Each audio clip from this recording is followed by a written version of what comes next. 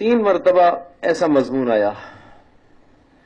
ایک بار تو یہ مضمون آیا کہ وَلَا تَطْرُدِ الَّذِينَ، ان کو آپ نہ اٹھائیے، صحابہ کو. صبح و شام جو اللہ کی رضا تلاش کرتے ہیں، جو آپ سے دین سیکھنے کے لیے آتے ہیں، آپ کے چاروں طرف حلقہ بنا کر بیٹھتے ہیں، آپ سے سیکھنے کی کوشش کرتے ہیں، آپ ہرگز ان کو اپنے سے دور نہ کیجیے. کہ اس وقت کی بات ہے جب سرداران مکہ نے یہ کہا کہ ہمیں آپ کے پاس آنے کو جی چاہتا ہے، بیٹھنے کو جی چاہتا ہے، لیکن آپ کے پاس غرباء، مساکین، فقراء بیٹھے ہوئے ہوتے ہیں، اس لیے ہمیں آپ سے بیٹھنے کو آپ کے پاس دل نہیں چاہتا. دل تو کرتا ہے لیکن یہ غریب جب تک ہوں گے ہم نہیں آئیں گے، ان کو آپ ہٹا دیں. آپ علیہ الصلوۃ والسلام کے دل میں یہ خیال آیا کہ اگر ان کے لیے الگ وقت مقرر کر دوں اور یہ سرداران مکہ کے لیے الگ وقت، جس وقت یہ سرداران آنا چاہیں تو یہ نہ آئیں، یہ غرباء، یہ مساکین یہ نہ آئیں. تو اس پر اللہ پاک نے منع کر دیا، نہیں، وَلَا تَطْرُدِ الَّذِينَ يَدْعُونَ رَبَّهُمْ، آپ ہرگز ان کو نہ دھتکاریے جو صبح و شام اللہ پاک کی رضا تلاش کر رہے ہوتے ہیں. آپ ان کو اپنے پاس سے نہ ہٹائیں، اگر آپ ہٹائیں گے تو آپ ظالم شمار کیے جائیں گے. ٹھیک ہے.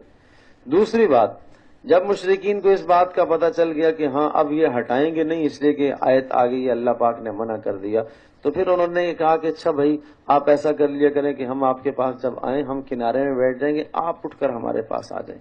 اس پر آیت آئی سورۃ الکہف میں، وَاصْبِرْ نَفْسَكَ مَعَ الَّذِينَ يَدْعُونَ رَبَّهُمْ بِالْغَدَاةِ وَالْعَشِيِّ يُرِيدُونَ وَجْهَهُ، کہ آپ جمے رہیے انہی لوگوں کے پاس جو صبح و شام اللہ پاک کی رضا تلاش کرتے ہیں، آپ کو ان کے پاس سے اٹھنے کی اجازت نہیں ہے، منع کر دی.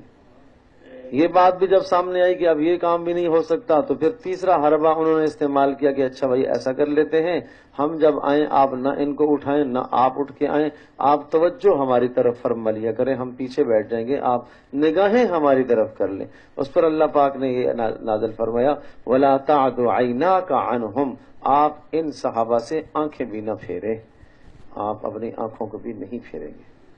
یہ مخلصین ہوتے ہیں، مخلصین کی یہ علامت ہے اور پہچان ہے، اور حکم ہے نبی کو کہ آپ نے ان کے پاس بیٹھنا ہے، آپ کو ان کے پاس سے اٹھنے کی اجازت نہیں ہے، آپ ان سے نظریں نہ پھیریں، اس لیے کہ یہ مخلصین ہیں آپ کے، یہ دن رات ان کی قربانیاں ہیں، اور ان کا نہ گھر ہے نہ بار ہے نہ سب کچھ ہے، ان کا مشغلہ ہی دین ہے، ان کا مشغلہ ہی دین ہے.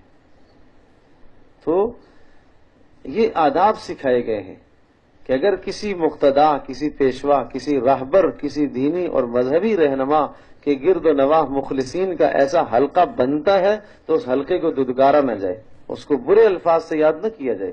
یہ نبی پاک صلی اللہ علیہ وسلم کی شان ہے. اور آپ حیران ہوں گے، وہاں حضرت عبداللہ بن ام مکتوم رضی اللہ تعالی عنہ تشریف لائے، اور آپ علیہ السلام کے پاس کوئی سرداروں میں سے کوئی شخص بیٹھا ہوا تھا، بڑوں میں سے. تو آپ علیہ الصلوۃ والسلام سے انہوں نے سوال کیا، ان کو نہیں پتا تھا کہ کون بیٹھا ہوا ہے کون نہیں، وہ تو نابینے ہیں. انہوں نے کہا علمنی مما علمک اللہ یا رسول اللہ، اللہ کے رسول جو اللہ نے آپ کو بتایا اس میں سے آپ مجھے کچھ سکھائیے. کوئی مسئلہ پوچھنا تھا، کوئی بات پوچھنی تھی. آپ علیہ الصلوۃ والسلام کو یہ ناگوار گزری یہ بات کہ بھائی یہ تھوڑا سا بات نہیں پوچھ سکتا ہے، اس وقت یہ لوگ بیٹھے ہوئے. تو اس پر آپ علیہ السلام نے ناگواری کا اظہار فرمایا، کہا کچھ نہیں، بس ایسے ناگواری، چہرے پر ناگواری آئی. تو اس پر اللہ پاک نے حضرت جبرائیل علیہ السلام کو آیات دے کے بھیجا، عبس وتولی ان جاءہ الاعمی، ڈانٹ آئی ہے، عبس وتولی. عبسہ کا معنی چین بجبی ہو گیا، ترشرو ہو گیا چہرہ اس کا، کس کا؟ نبی علیہ السلام کا. وتولی، اور منہ موڑ رہے، ان جاءہ الاعمی، اس بات سے کہ ایک اندھا آیا ہے ان کے پاس، نبینا آیا ہے اس لیے. وما یدریک لعلہ یزکا، آپ کو کیا خبر ہے کہ لعلہ یزکا، کہ یہ نبینا جو آیا تھا یہ تزکیہ، یہ پاک ہونے کے لیے آیا تھا، یہ مخلص تھا آپ کا، یہ آپ سے دین سیکھنے کے لیے آیا تھا. او یذکر فتنفعہ الذکر، آیا آپ سے نصیحت حاصل کرتا اور نصیحت اس کو فائدہ دیتی. اما من استغنا، جو ظالم مستغنی ہو رہا ہے اور جو بس آپ کا وقت ضائع کرنے کے لیے آ کے آپ کا بس بیٹھتا ہے، فانت لہ تصدی، آپ اس کے پیچھے پڑے ہوئے. وما علیک الا یزکا، اور آپ کے ذمے کوئی ضروری نہیں ہے کہ سب پاک ہو جائیں، یہ بھی مسلمان ہو جائیں. واما من جاءک یسعی وهو یخشی فانت عنہ تلہا، اور جو دوڑتا ہوا آیا، طلب لے کر آپ کے پاس آیا، آپ اس کو ٹائم نہیں دے رہے، آپ اس سے منہ موڑ رہے ہیں. سخت آیات آئی تھی. اور اس کے بعد پھر عبداللہ بن ام مکتوم رضی اللہ تعالیٰ عنہ جب بھی آتے تو آپ کھڑے ہو جاتے استقبال کے لیے.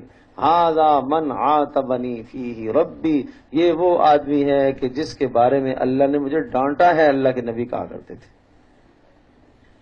اللہ بڑا قدردان ہے، دینداروں کی قدر کرتا ہے، اہل ایمان کی قدر کرتا ہے، جن کے دلوں میں تقوی اللہ کا خوف بھرا ہوا ہے، ان کا مقام اللہ کے یہاں بلند ہے نا. یہ تو نہیں تھا کہ سرداران مکہ جو بڑے بڑے رؤساء تھے اور سردار تھے شاید ان کی کوئی قدر و منزلت ہو. نہیں، اللہ کے یہاں ان کی قدر و منزلت نہیں ہے. اللہ کے یہاں قیمت لگتی ہے ایمان پر، اعمال صالحہ پر قیمت لگتی ہے، مال و متاع اور دنیا کی اغراض پر قیمت نہیں لگتی ہے. تو یہ دیکھو مخلصین کے آداب سمجھائے ہیں کہ ایک معلم، ایک مربی، ایک استاذ وہ اپنے ماتحتوں کی تربیت کیسے کرے کہ اس کے ساتھ جو مخلصین ہیں ان کا خیال رکھے، وہ نہ جانے پائیں. اور اگر آپ نے ایسا کر دیا فَتَطْرُدَهُمْ فَتَكُونَ مِنَ الظَّالِمِينَ، ان کو اپنی مجلس سے ہٹانا یہ ظلم ہے، آپ ایسا نہ کریں. وَكَذَلِكَ فَتَنَّا بَعْضَهُمْ بِبَعْضٍ لِيَقُولُوا أَهَٰؤُلَاءِ مَنَّ اللَّهُ عَلَيْهِم مِّن بَيْنِنَا. یہ ایسا کیوں ہے؟ کہاں یہ تو اللہ کا نظام ہے کہ اللہ نے فقراء کو، غرباء کو دین کے زیادہ قریب کیے. سب سے اول ماننے والے فقراء غرباء ہی ہوا کرتے ہیں، وہی دین کو سینے سے لگاتے ہیں، وہی نبی کے سب سے پہلے معین اور مددگار ہوا کرتے ہیں. کہا یہ اس لیے تاکہ ان کے ذریعے سے دوسروں کے لیے آزمائش اور سبق ہوں، تاکہ جن کو اپنی سرداری میں، اپنی مالداری میں گمنڈ ہے، انہیں پتہ چلنا چاہیے کہ اللہ پاک نے ان کو ہمارے اوپر فوقیت دی ہے.